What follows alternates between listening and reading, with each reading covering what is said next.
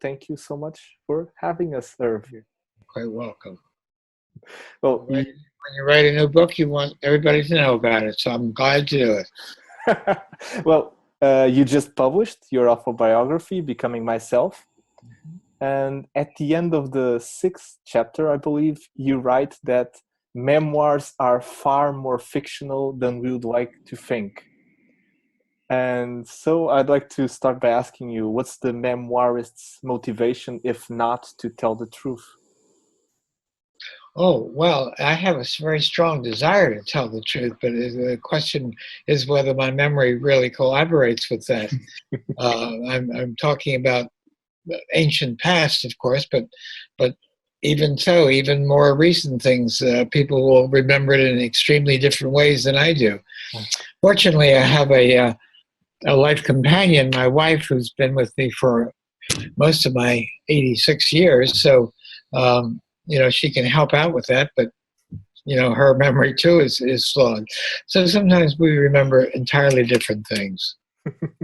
Well, at least in 4 of your books, Existential Psychotherapy, Love's Executioners, Staring at the Sun, and Gift of Therapy, you cite John Gardner's novel Grendel in the sentence, everything fades and alternatives exclude. So I was wondering, how does writing one's autobiography inevitably heighten one's awareness of what you've excluded from your own life? Well, that's not an easy question to answer. What did I sense in writing that? I had a sense when writing that perhaps I could have spent more time with my children when I was young. As I look back over the large number of books I've written and the time that's required from that, I must have taken time that I could have devoted to them more. Although I don't hear them complain of it. But what else have I excluded from my life? Well, that's a John Gardner quote, alternatives exclude. I've chosen to be a scholar and a writer and a therapist, so what have I excluded as a result of including it? It's a good question. I suspect I've partied less than other people. I've taken, I won't say fewer vacations, because my vacations are always tied in with writing. I always like to go to a beautiful place and spend time there writing part of the day and part of the time visiting. So I am not sure I can really answer what I've excluded here. That sounds like a very good sign to me. In the recent documentary on your life on Yalom's Cure, one of your opening lines is that the more we know ourselves, the better lives we can live. So I was kind of wondering, through the process of actually writing this autobiography, did you get a feeling of also getting to know yourself better? Did you surprise yourself through going through this process? Did I surprise myself in writing about this? I think I surprised myself a little bit. I think I became much more aware of the kind of deprivation that I had as a young person. I really had, as I looked at it very closely now, my first 14, 15, 16 years were pretty great deprivation. I was living in a terrible neighborhood. I had very few educated adults around me, anyone that would take me in hand or tell me what to read or any of these things. So I've been a little bit more interested in the impact of early life, or even very early life, than I have been for a while now, as I think about that. These are times that are early in life, pre-verbal, but the atmosphere and the environment that I was exposed to was not good. I'm not blaming my parents. They were unfortunate as well not to have had any education and to have been very impoverished. And if I think I work hard, I have to take a look at my father, who put 12-hour days and 6 days a week, always. Yeah. So I think that's probably one of the real things that I've been aware of the amount of deprivation my early life was, and how hard I had to work to climb out of that. Yeah, essentially, it's interesting you mentioned your father. One thing that struck me as I was reading the book, you mentioned how much time your father spent in his grocery store, but also that you knew that he used to write poetry for long hours before coming to the United States. Yes. Well, that's a part of his youth, and I know that from talking to one of his good friends who came over with him and told me about the youth. But I've never ever found any of my father's poetry or talked to him about that. Mm-hmm. He had a book, a notebook and it was all written in Yiddish, which I didn't read. And I found that a few years ago, and I finally found a professor at Stanford who was a expert in reading Yiddish. And it turned out to be that these were words of songs that he liked to sing, not the songs he wrote. So I found this really treasure in which I would see his poetry, but I was disappointed not to find so. But I know that by the time he was 16, taken by the Russian army at that point, he never had any time to follow his interest in that way. Yeah. Do you think the unlived lives of our parents also can have a major impact, or in your specific case? I think I have a very strong sense of my parents having unlived life. Mm-hmm. But look where they came from, from the impoverished small villages, shtetls they're called in Russia, they come over to the United States. That itself was a huge leap. Yeah. And I think they were very proud of what I was able to do. Mm-hmm, mm-hmm. And at the same time, you've spoken so much about how you grew up with this feeling of not having actual roots or foundations. Is that correct? That's right. No roots or foundations, because of as I hear, more recent children as they talk about the table conversations they had with their parents and the books that their parents were asking them to read. I had none of that. It was all sort of self-driven, and but there was a lot of drive, and several of my colleagues and friends did the same thing that I did, and we worked tremendously hard. Yeah, I remember in the book you mentioned how your wife Marilyn, when she describes the memory with her own father, that you kind of feel like you were betrayed by life in a way. That's right. Her father was a half generation ahead. So he came to this country as an adolescent. So he could have his adolescence here. And he learned to enjoy music and listen to operas. My father did like music very much and did like to sing, but he was never exposed to classical music. Well, I had a burning desire to know a great deal about my field and about the fields which were the roots of my field. For example, philosophy, and I worked really hard to get an education. It didn't come in my regular education. I was too busy getting into medical school. But after I got into medical school, after I became a psychiatrist, that's when I became a student again and started attending a lot of undergraduate classes, both at Johns Hopkins and as a resident at Stanford. I sat in on classes, many, many years. Yeah. I mean, you did that wonderful video program recently with your own son for psychotherapy.net, and you go over it, some of the many people that you've met along the way. So you really get the feeling that in your life you both had a lot of imaginary mentors and a lot of actual real life mentors. I sometimes consider myself not having mentors, but being totally self-created. But yes, as I think back and as I was writing this book, I see there were mentors. They didn't come along until I'd say I was a psychiatric resident. There are no mentors before that. No mentors in medical school that I could really think of, and no mentors in undergraduate college. No teacher knew my name. I was never close to anyone. I went to a college with very large classes and never had any mentoring there. But then Jerry Frank and Rollo May. They came along in my residency. Jerry Frank did. And Rollo May's first book came along in my residency. But my wife was a very important kind of mentor for me because she was deeply grounded in the humanities, and one of the things that bound us together right away was our reading books together. So I consider her a kind of mentor, not in my field, but a mentor in the humanities for sure. We could wonder how much do we owe Marilyn your psychotherapy expertise. It could be. She got me reading Kafka and Camus. Well, those were the people she did her PhD dissertation on.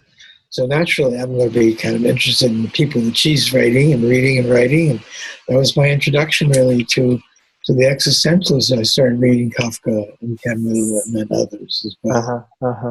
And one thing that's very interesting in your own career is that even though you were drinking from all of these influences, at the same time, you strike me as someone who never really wanted to be associated with any model or approach of therapy. Is that correct? No, I did not. I really did not want to be associated with any model. The main model to be exposed to in my time was psychoanalysis. And as I described there, I had a 700-hour immersion in personal analysis, and I realized that this is not the model that I felt was effective or that I wanted to use. So I deliberately did not get into any other institution because I wanted to have the freedom of experimenting myself. And I was very fortunate enough to be at Stanford with a chairman who really wanted me to use my own imagination and ingenuity. So I was free to try all kinds of different approaches. And nowadays there are existential therapists, but I know that you have a mixed feeling towards that idea, right? Well, I can't understand quite how one can be an existential therapist when people come to you with marital problems or come to you for other kinds of issues. I think there are some patients for which these existential factors are tremendously important, but there are others for whom it is not. So you've got to know a lot more than existential theory and practice to work with your general patients. When you think about effective therapists, or if you were to select therapists, what do you think are kind of the defining characteristics you would look for? Well, I go back a very long way back to Carl Rogers. He made a tremendous really contribution to our field, and with this great emphasis on saying that the really crucial factors in therapy are the nature of the relationship between patients and the therapist. And the therapist has got to be someone in his triad, with genuine empathy and with positive, unconditional regard for the patient, and and be able to be genuine in his relationship with him. Well, I think those are things that, I haven't relied on those, but those are things I've come to see that I feel are important too. And there's we do a lot of talk about, empirically validated research, but nothing is more empirically validated than those factors. There are hundreds and hundreds of dissertations written with students researching those factors. So if I had to select a therapist, I would select someone who could really be willing and able to really have an intimate relationship with this patient. How much do you think that throughout your career, looking back, how much do you think this is an actually trainable skill to be able to actually be intimately and create intimate relationships in therapy? I think it is trainable, but I think you're off to a head start if you can start off with people who already have it. Carl Rogers at one point said, I think therapists probably should be more selective than trained. You're going to have these factors there, but I know I've changed a great deal through my own work, and I've seen many of my students who have done that as well. So, but that's why I'm a great spokesman for continuous therapy. I think therapists need to have a lot of personal therapy, and I think it should be never ending. They should continue from time to time going back into therapy or being, I've written in there at length about this long-term leaderless therapy group that I've been. Yes. It's the first time I've written about that, but whenever I talk about it, it's a message I want to give out to therapists. I think it's so important for them. And at the same time, when people read your books, there's always the question, not only are they for therapists in some way, But also a question comes up of how much do you believe your own books were part of a self-analysis or some exercise towards also yourself? And at one point in Staring at the Sun, you talk about Julius from Schopenhauer's Cure and saying that he showed you the way in certain ways. Yes.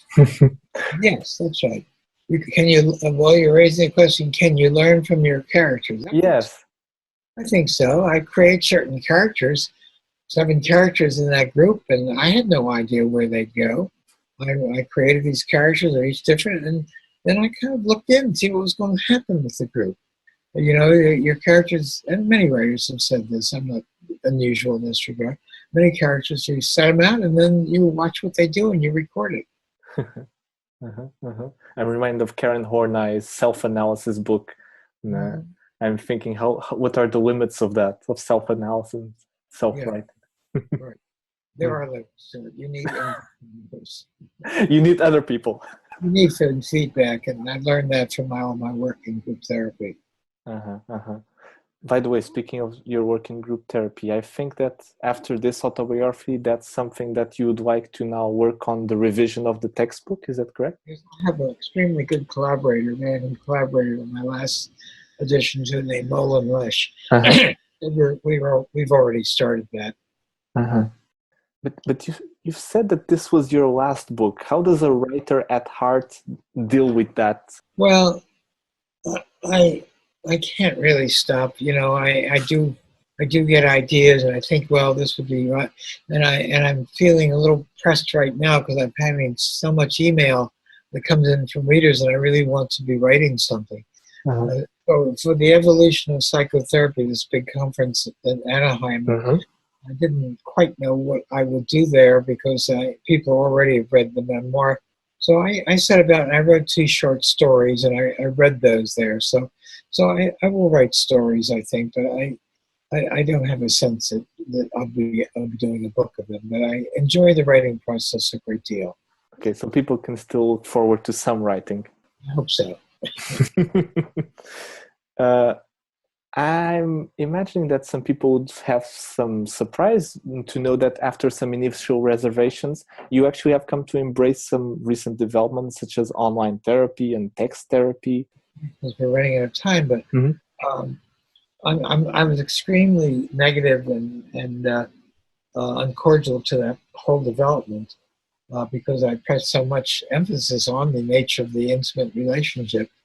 But I was called in to supervise some people, and I was curious about it, and so I looked into it and been supervising a couple of people who were doing this for a long time, and I can see that it's not the kind of therapy that I do, but it can't be dismissed. There are people who get things out of this, and so I read all the interchanges. One of the things about this kind of text therapy, the entire text of therapy is available, and I can see people do some changing. They value things. So it's not my kind of therapy exactly, but it is that. But curiously enough, the people that I've been supervising, are people who are using their engagement with the patients as well. So, curious sort of way, this most impersonal of all therapies is far more personal than cognitive behavioral therapy or things like that, where there is so little real engagement. So you did find a relationship there. It's possible. That's right. Yeah. So focus on the relationship is really possible. So one last question I'd like to ask you. Nietzsche's eternal return thought experiment is kind of a recurring theme in your books. And you've read it out loud to patients, I believe. So I think it would be fitting to end this interview on a Nietzschean question, which is, would you be willing to repeat your life as you have lived it over and over again? Yeah, my answer to that is definitely yes. Yeah, I have no choice about how I lived the first part of my life. But that Nietzschean question is a really important question. It's closely related to a question I always do ask patients, the question of regrets. And what do they regret about their life? And as I think about my adult life and my last last 40, 50 years, I don't have any regrets. I feel I've been an overachiever. I've written all the books I wanted to write. I never imagined I could do this and been useful for so many people. It's still hard to really think of that, but people tell me every day in email, so I know that I've been helpful. So I don't have regrets about the way I've been living my life. I'm living quite a regret-free life right now. And your autobiography kind of consolidated that feeling. That's right. It definitely did. Okay. Perfect. Thank you so much for the opportunity. Thanks so much for these engaging questions.